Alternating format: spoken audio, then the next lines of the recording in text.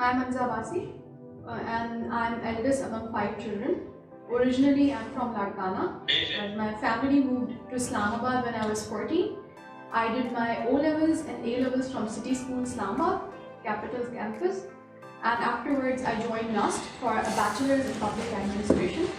And after graduating, I am aspiring for a career in civil services. So no work experience. Sir, I have done a little bit of content writing, but it's not a proper employment. So, and this public policy and governance, these were the majors? Yeah, these were the majors. A lot of my subjects had governance aspects in them, like e-governance or governance along with law, etc. You can tell us about this public policy making process? Yes, sir. The policy process. Identify, give me the number. One first step, second. Agenda setting. Second is policy formulation. Third is policy legitimization. Fourth is policy implementation. And fifth is policy evaluation. छह नहीं होता? There is one policy termination, but there are some scholars who add it and others who don't add it because they say that a policy is never terminated and it keeps on, the process is a cycle that doesn't end. So it really depends which scholar you're following. And then I think governance.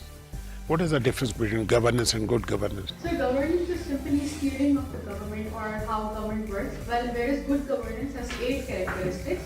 First one is accountability, second is transparency, third is consensus-oriented decision making, fourth is participatory, fifth is efficiency and effectiveness, sixth is equity, one is rule of law, and the final one is responsiveness. So these are 8 characteristics by UNDP that they find that a good governance will have these 8 characteristics. There is a general criticism that there is a poor governance in Pakistan. How to improve it?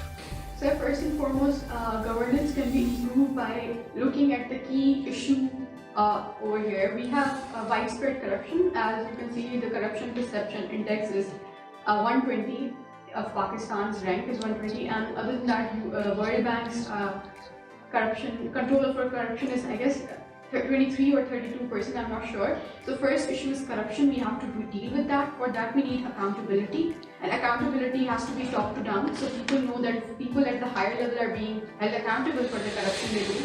People at the lower level are also held accountable. And we also need to introduce merit-based recruitment and also merit-based procurement, because most of the times tenders may be given on basis of favoritism.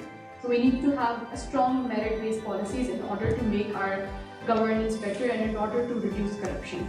What is your views about this, your recruitment process? Don't you think this is merit-based? Sir, CSS is one recruitment process. The government has so many other recruitment processes, and other than that, we have so many other processes where ministries are directly inducing people. I'll give one example that there was recently a news about using those game show, if I'm correct, then those game show tactics to recruit people in railways, somebody suggested that to the minister. So that's not how you recruit people into a service. And secondly, our civil services, like CSS, has a lot of resources devoted to it. If you look at other recruitments that are apart from CSS, a lot of times, like recently we saw the PPSC, like Punjab, the Tehsildar exam was leaked. So there is a issue coming in when it comes to administration of exams and making it a transparent process.